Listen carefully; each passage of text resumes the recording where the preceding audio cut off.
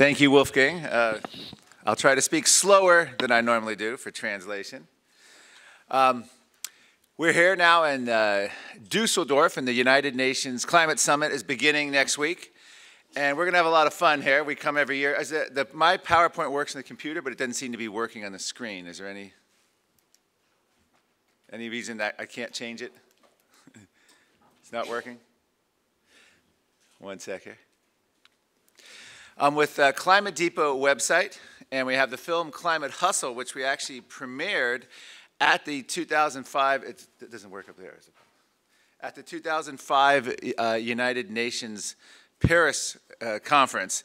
And we packed the theater with that, and we have a sequel coming out, which I'll talk a little bit about that coming up here in a minute. And I also have a book coming out, but we're going to go through some of what's happening in the United States today, talking about President Donald Trump and our climate debate, and then as it relates to the United Nations. The U.S. has joined, by withdrawing from the UN climate agreement, the international media is outraged, there we go, thank you, is outraged that we were in the company of Nicaragua and Syria as the only 3 countries that had not joined in on the UN climate Paris agreement.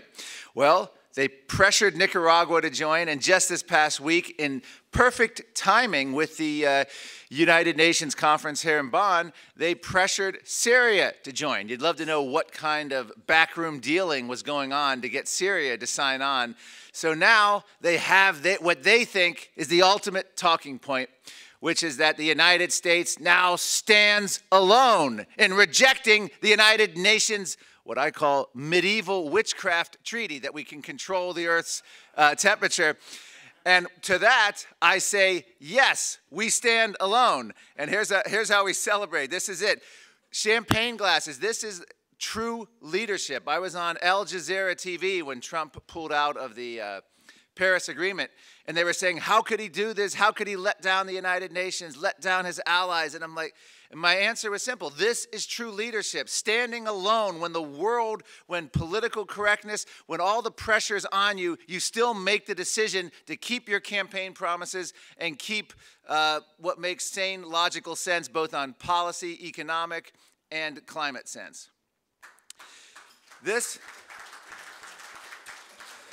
Donald Trump's management and budget director has actually come out and declared that funding for global warming programs is, quote, a waste of your money. Now, this is a huge change here in Washington to have a presidential administration call climate funding a, quote, waste of your money. Donald Trump himself has said he's not a big believer in global warming. Donald Trump is trying to keep every one of his campaign promises, particularly when it comes to the climate. He has a proposed budget to significantly slash the climate industrial complex in the United States, from funding from the EPA to NASA funding on climate, and he wants to completely wipe out President Obama's legacy. The problem in the United States when you get into politics is, of course, he has to deal with Democrats in Congress and the Senate, and we're going to have midterm elections in the next year. And that's going to be a big battle in terms of what kind of shift occurs. But it's also battling his own Republican Party. Republicans can get very timid and afraid when it comes to climate or appearing against the environment. So Trump is meeting up with what we'd call the swamp in Washington, a lot of resistance he's meeting up with. He's pulled us out of the pact. He's reversed Obama's agenda.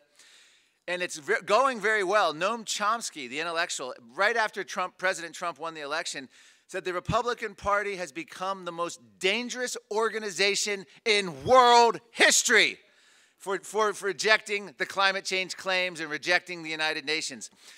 That is one of the greatest praises that we could ever have sung upon President Trump, the Republican Party, and any climate skeptic anywhere.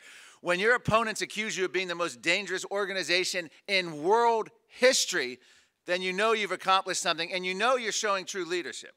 Again, the champagne glasses. Okay. Just a little bit about myself. I'm called a media manipulator. I've got to debate Bill Nye several times on TV. Even the New York Times acknowledged that I, quote, pretty much chewed up Bill Nye, the science guy. Bill Nye actually has such an ego that he just came out this past about 10 days ago and said he blames himself for allowing skepticism in the United States to pull us out of the UN agreement and to stop EPA regulations. Bill Nye actually believes that he failed, that he had the power to stop all of this. Bill Nye is very influential in the United States because from about 1990 on, he has educated children from age kindergarten, first grade, all the way through at least high school. They've grown in public schools across America. Bill Nye has shown daily his old shows on science. He has huge respect. He has a celebrity following among young people, and he really does use that to impose global warming alarmism. What kind of intimidation? This was in Paris when we did our movie premiere. This was the day of the movie premiere for Climate Hustle in the Paris. They had wanted posters of me around the country for being a, quote, climate criminal, unquote. This is how they tolerate debate. One of my favorite accolades or praise I've gotten was I was called an a-hole on live BBC TV by the ClimateGate professor, Andrew Watson of the University of East Anglia. So I'm going to talk briefly about the science and have a little bit of fun here. People always say it's about the science. Bill Nye says this. President Obama, our former Secretary of State John Kerry, always said it's the science that matters. It's the science. Well, Connie Hedegaard, who actually went on a trip to Greenland with in 2007, she led the delegation. I was part of the US Senate delegation that went, said that if the science were wrong, we're still doing the right thing by policy. So they openly admit they don't actually care whether we're facing a climate crisis or whether their science is even correct. They just care that they're using that science to go after the certain policy prescriptions that they want. They would do the same thing whether we face the climate catastrophe or not. UN official Otto von Edenhofer said, we will redistribute the world's wealth by climate policy. Now, he was is currently an IPCC official. We want us to free themselves from the illusion that international climate policy is environmental policy. It has almost nothing to do with environmental policy. This is about the United Nations bureaucrats being empowered. We already know that they're using a climate scare to get their solutions. In the United States, actually this is Canada, she's a Canadian author. Naomi Klein is releasing books. She's on TV all the time in America. Capitalism versus the climate. And she's declared that a capitalism and free markets and living free without centralized planning is, quote, irreconcilable with a living climate, incompatible with a living climate. And we require a completely different economic system. So you're getting the idea here of the agenda behind climate and why President Trump is being so vilified. In the United States, we had a whole series of hurricanes this year after 12 years of record low hurricanes. This did not stop activists from immediately saying that carbon dioxide, a trace essential gas in the atmosphere, had, quote, poisoned the weather, unquote. We now live fossil-fueled tornadoes. Houston floods are a fossil-fueled poisoned weather. Whether we get record snow now in the United States, we had to say bundle up, it's global warming. In Syria, this is a lot of fun because in drought, they're now saying that the Syrian civil war, the rise of ISIS, was all caused by the drought by man-made global warming. And therefore, we face more wars ahead and conflict. In 1933, the Syrian government banned yo-yos because they thought that they caused drought, the Muslim government there. Well, and now, in 2017, they're trying to ban our automobiles and SUVs. Yo-yos are trying to ban our automobiles and SUVs because they think they cause drought. We really have not advanced scientifically. And I'll give you some more specifics here. This is a lot of fun here. 2015 Harvard study, climate change means days are getting longer and it's slowing the Earth's rotation. But go back 2007, global warming will reduce the length of the day and make the Earth spin faster. Climate change means less snow. We've all seen this one from 2000. But climate change can also mean more snow. Climate change makes wet places wetter and dry places drier, except when it makes wet places drier, an unusual drought in Thailand. And dry places wetter. South Carolina flooding is the type of event they've warned about. Climate change causes Antarctica to lose land ice, and it causes Antarctica to gain land ice. Are you getting a pattern here? Not only is the science irrelevant, but they predicted opposite ends on just about every major issue. So whatever happens, they say they won and they predicted it. Imagine if you bet on sports that way, predict both teams will win, and hey, you're a hero every time and you're making money. In their world, whatever happens, they predicted it. Climate change makes for saltier seas.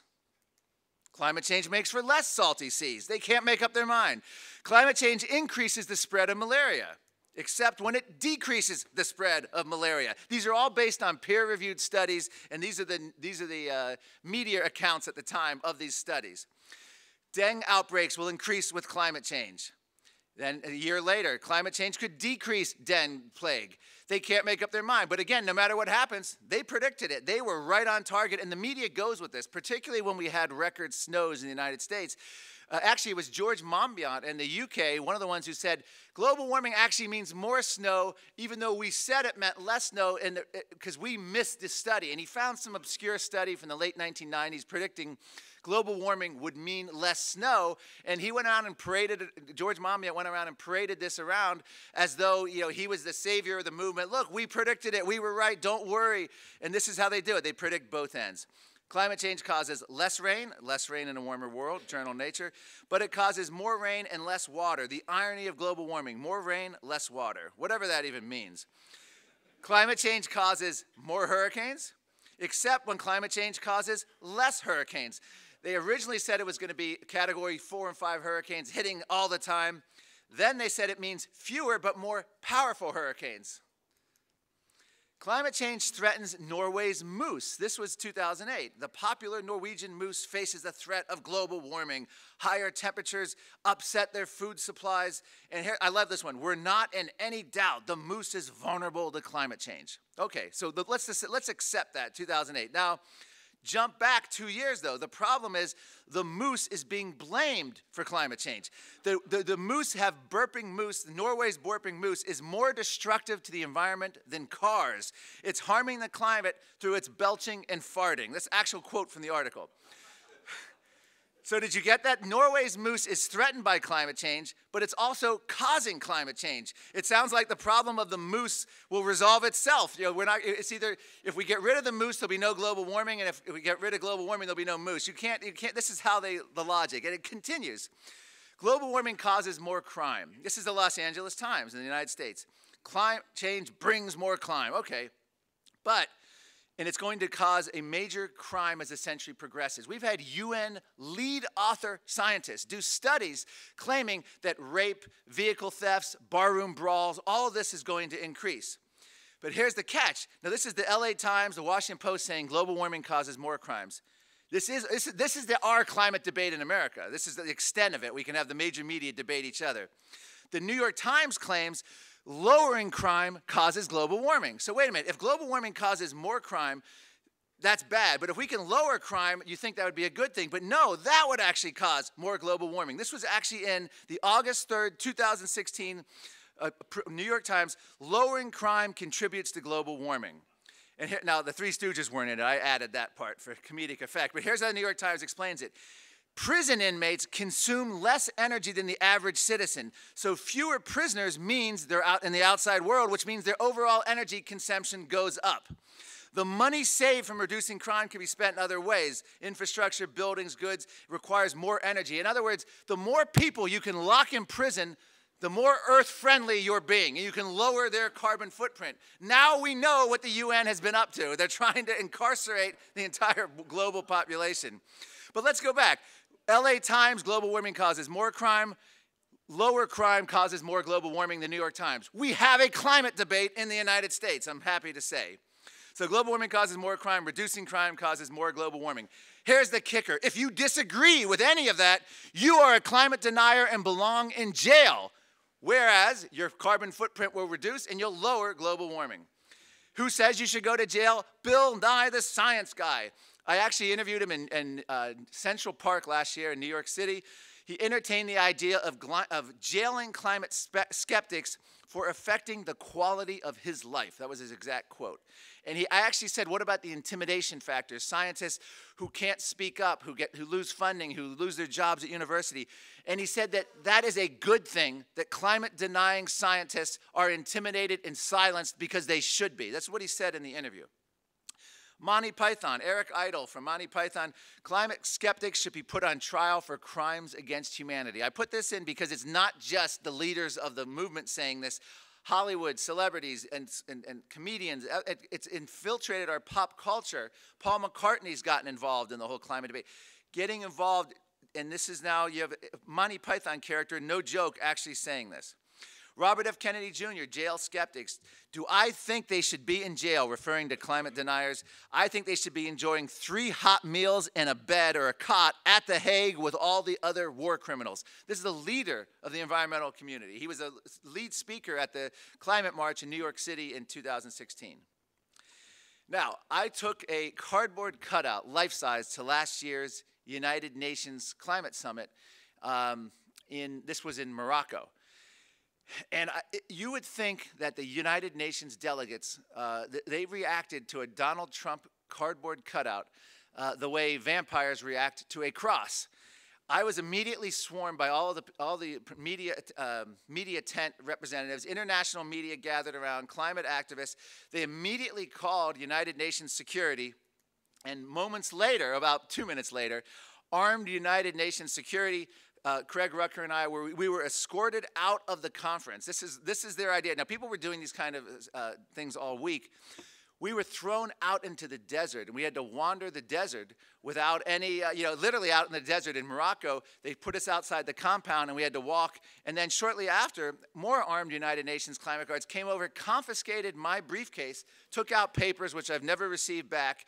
We were given no choice. This was even outside the conference, and they were working in conjunction with the Moroccan government, which is a Muslim monarchy. So you see, there wasn't much democracy. You had United Nations armed climate cops in conjunction with the monarchy government of Morocco, and this is what they ended up doing. This ended up making a loop on CNN, international news, of me shredding the United Nations Paris document next to Donald Trump and the United Nations security sweeping us out of the building in swift fashion. I see Christopher Monkton here. He's had similar, without getting into any details right now, similar run-ins with the United Nations and at previous UN conferences. So you might think you're so tired of the global warming debate, you just want it all over, that this is you're tired of all the nonsense, of all the United Nations claims, of all the debate. You think, finally when I die, this will be all over, but you're wrong, because global warming is even impacting the dead. And in fact, after you die, Siberian corpses, we're being warned, are going to ooze previously sealed contagious viruses from the graves as they thaw.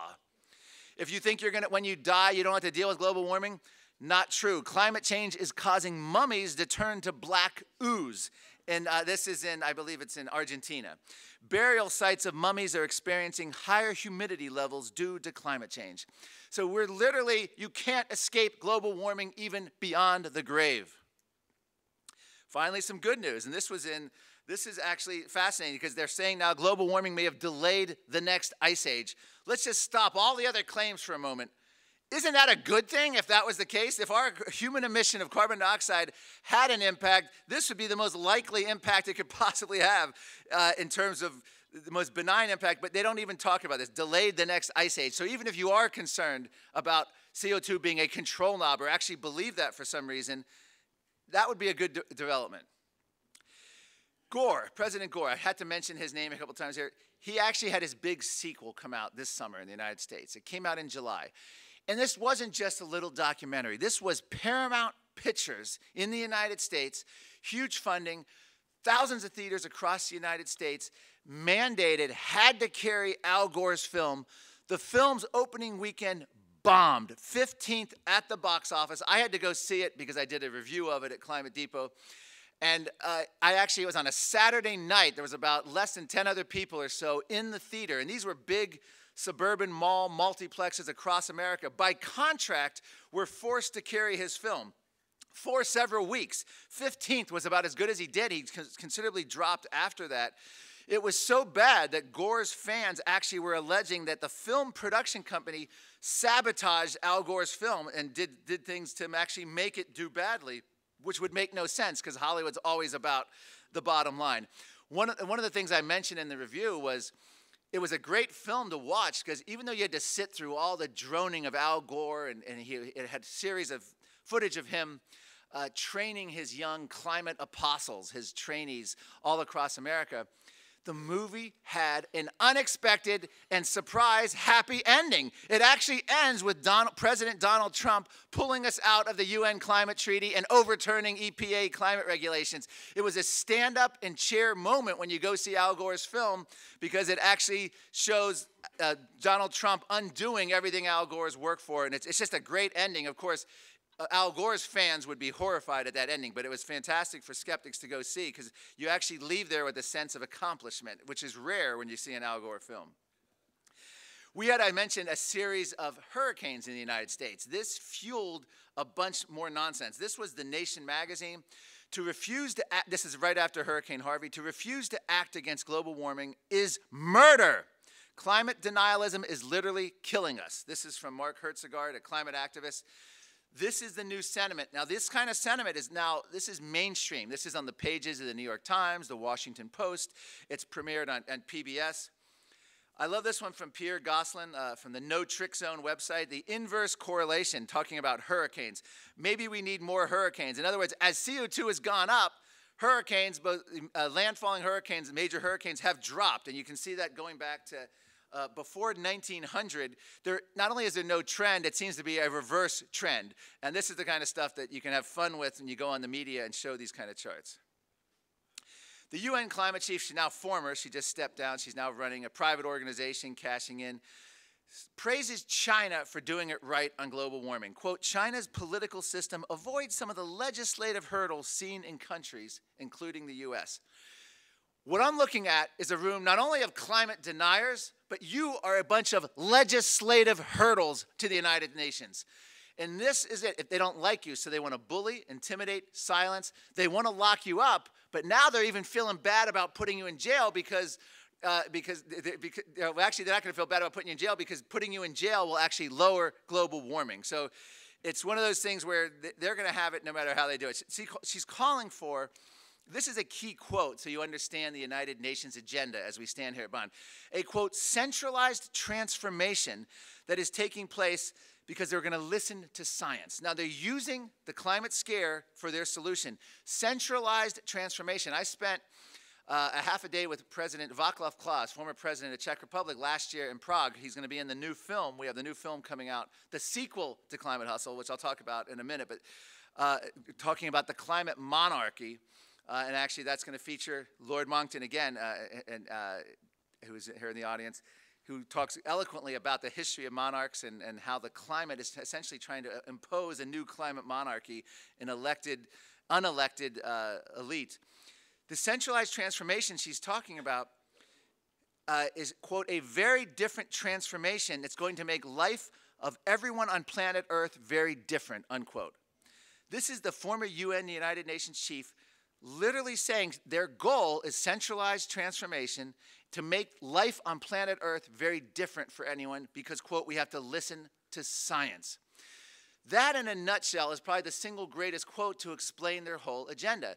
They want to be in charge. They want it to be unelected United Nations bureaucrats, taking away the sovereignty of nations, deciding the energy economies, not only of the developed world, but the developing world. And that's where you get into immoral. In the film Climate Hustle, we actually feature Vice President Al Gore saying at a Bill Gates event that Africa's population is projected to be through the roof over the next 50 to 75 years, and that, quote, we need ubiquitous fertility management, unquote, because there are going to be too many Africans. You have a white, wealthy Western politician lamenting and upset that there's going to be projected to be too many people of color in the world, and therefore we need to essentially family fertility management to stop that. This is how they want to radically transform the world, and it's really scary stuff because most people think you're a conspiracy. I'm not a conspiracy. I'm quoting what they're saying. They want to make life very different for everyone on planet Earth. Now, some flashback. 1941, you thought, oh, we live in a crazy age. This is nuts. Well, actually, in 1941, we had a professor, I believe it was the University of Cincinnati, professor named Dr. Mills. He claimed global warming caused Hitler. Warmer temperatures, quote, may produce a trend toward dictatorial governments. People are more docile and easily led in warm weather. The rise to power of Hitler in Germany and Mussolini in Italy may be due in part to the gradually warming temperatures. And he goes on, this is University of Cincinnati. This was a major publication at the time. But wait, did global warming save Hitler? The heat forced a move of the key meeting during the assassination attempt by von Stauffenberg in 1944. They had to change the location because of the heat at the last minute. So essentially, they're saying the heat caused global warming, but the heat may have also saved Hitler. It caused Hitler and may have saved Hitler. This is just some of the stuff. You can go back in history. One of the websites that does a great job at this, who I hat tip for this, is Tony Heller at Real Climate Science. He has an amazing ability to go back, and I'm talking, he goes back to even early 18th century to find, one of the things he found was the Aborigines in Australia blamed the introduction of the white man on the continent with bad weather. And to me, I say the Aborigines, and it's about 1817, 1830, they're actually about as accurate today as blaming, our SUVs or coal use or just about anything else on changing the weather. So you go back, or it's just as accurate as, the banning yo-yos is going to affect the temperature or droughts in Syria, as they did in 1933. Carbon-based energy, coal, natural gas, oil, is the moral choice. Alex Epstein of the Center for Industrial Progress has been going around. He likes to say that, the moral choice of carbon dioxide. It is absolutely true that we live the nasty, brutish, short life until the introduction of carbon-based fuels, and it's allowed the 20th century and 21st century to have unparalleled growth in human achievement, and they're aiming directly at that. One final thing on energy here, well, we'll continue here, but the key thing on energy is solar and wind that everyone talks about. Bjorn Lomborg actually did a great analysis. I think it's only 0.6% of the global energy production, not even at 1% when you combine global and wind. And even under their optimistic scenarios, you might come out to a few percentage points. But one of the things the activists like to do is say, solar has quadrupled and quintupled and 10 times the previous 3 years. If you get a penny and you keep doubling it, it might seem impressive, but you're still talking a few cents. Not that I'm against solar or wind energy, because there's a lot of reasons you might be, but the bottom line is this: until you can go to a local Walmart or your local store and buy a solar panel, put it on your roof, and get off the grid and tell the gas and oil and coal companies that they can go to hell, is the day that you stop having this silly energy debate about banning energy that works for energy that may work. It's not ready for prime time, no matter how many subsidies you give it, but they keep pushing it. This is a great study here dealing with North Korea. It's always Earth hour in North Korea. It's the difference. This was actually a satellite photo from this is I think 2014, just showing how they, quote, centralized planning and centralized transformation the UN is always praising, and how, quote, China does it right when it comes to no democracy. That's how it looks. That's South Korea, and that's North Korea with the pitch blackness above it, just to show you the lack of development. And by the way, don't think it's been lost on environmentalists.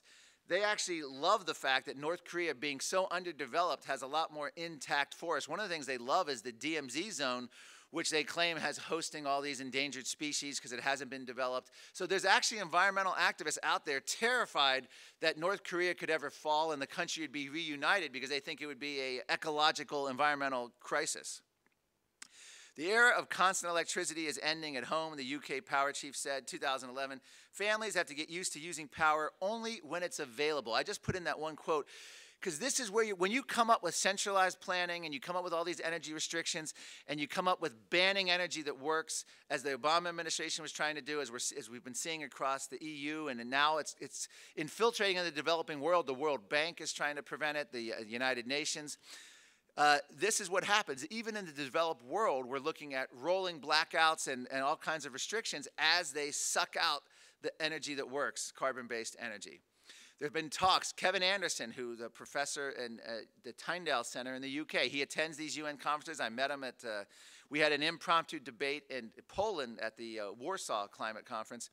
He's proposed planned recessions in order to fight global warming. Well, why planned recessions? Because when you have a recession, emissions generally drop, and that's good for the planet. So they actually like that. They call it economic degrowth, and the Sierra Club has done it. At the Bill Gates functions across America, we have speakers that come and speak for 15 minutes. They actually talk about economic degrowth and how we need to lower economic growth in order to fight global warming. This is part of their plan. They don't think we should be allowed to live as we choose. So I end here by 21st century witchcraft. Acts of the UN, US, EU, they cannot control the climate or weather. It literally is the equivalent of 21st century witchcraft.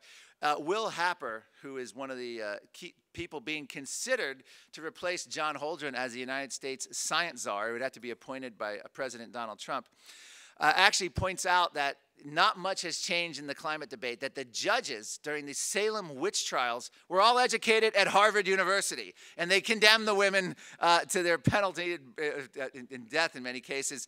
And he said not much has changed in the debate, because you still have the Harvard elite promoting this idea of witchcraft today. Instead of accusing witches of changing the weather like they used to, they're now accusing our cars, our vehicles, our appliances, our travel of changing it, yet they themselves aren't willing to change. The film Climate Hustle now is available widely. It's on iTunes, it's on Amazon, it's on all sorts of on-demand as well as DVD. As I mentioned, the sequel, Climate Monarchy, will be coming out in 2018. This was a lot of fun. You see in my hand, I met up with Al Gore in July in Australia. We did a movie screening of Climate Hustle in Australia. What's funny about this, and I don't think I can show it, but look at the lady's face. I'm presenting Al Gore with a copy of the DVD, and that's one of his aides next to him. Look at her face as she realizes I'm giving him the skeptical film Climate Hustle. It's in horror. Al Gore was all happy to shake my hand, but when he realized who I was and that I was giving him a copy of the film, which he refused to take, and immediately got swept off into his waiting SUV in the parking garage. But this is the extent. This is as close as any skeptic can get to Al Gore. Trying to give him a film, getting a horrific reaction from his aide. We tried. In February of this year, I want to announce that the Politically Incorrect Guide to Climate Change is coming out. It's my new book that basically summarizes the entire climate movement. I go back to the whole 19th century and talk about the CO2 greenhouse gas theory from its beginnings and some of the wacky things that the father of the greenhouse gas theory did. I go all the way through the entire climate debate, the history, tried to be comprehensive, virtual A to Z on all the climate issues. It'll be a reference guide. I believe it's going to clock in at almost 400 pages. It's the largest politically incorrect guide in the series that they've published. And it's not the kind of book you necessarily have to sit down and read from beginning to end. It's a reference book, almost encyclopedic. There's little breakout boxes, little snippets here and there. I go through the history of hurricanes. I go through the whole wacky climate claims back and forth in much greater detail. And we go through the whole Hollywood tipping points claims. A lot of fun with Prince Charles. By the way, one note on Prince Charles. He originally said we had a 100-month tipping point. And that was, I believe, 2008. And as that continued to count down, to his credit, we show this in Climate Hustle, he actually deducted the months. We have, 76 months. We have 50 months. When that came due last year, what do you think Prince Charles did? The tipping point passed. The deadline arrived. Prince Charles now has extended the tipping point to something like 2050. When I calculate, he'll be in his 90s. I can't remember the exact age. It's in the book, but he's like 93 or 94 years old. And with his genetics, given the Queen Mother is still living, and he may never get to be king at this point, he may actually make his new tipping point. But it just goes to show you that here's someone we actually give credit to in the film for being honest by picking a tipping point and then counting down, because no one else does that. But when time came at the end, he actually abandoned the tipping point and added about 4 more decades. So it was kind of disappointing. That's how you can reach me. That's my website. That's the website for the movie. ClimateDepot.com, Morano at ClimateDepot.com is my email.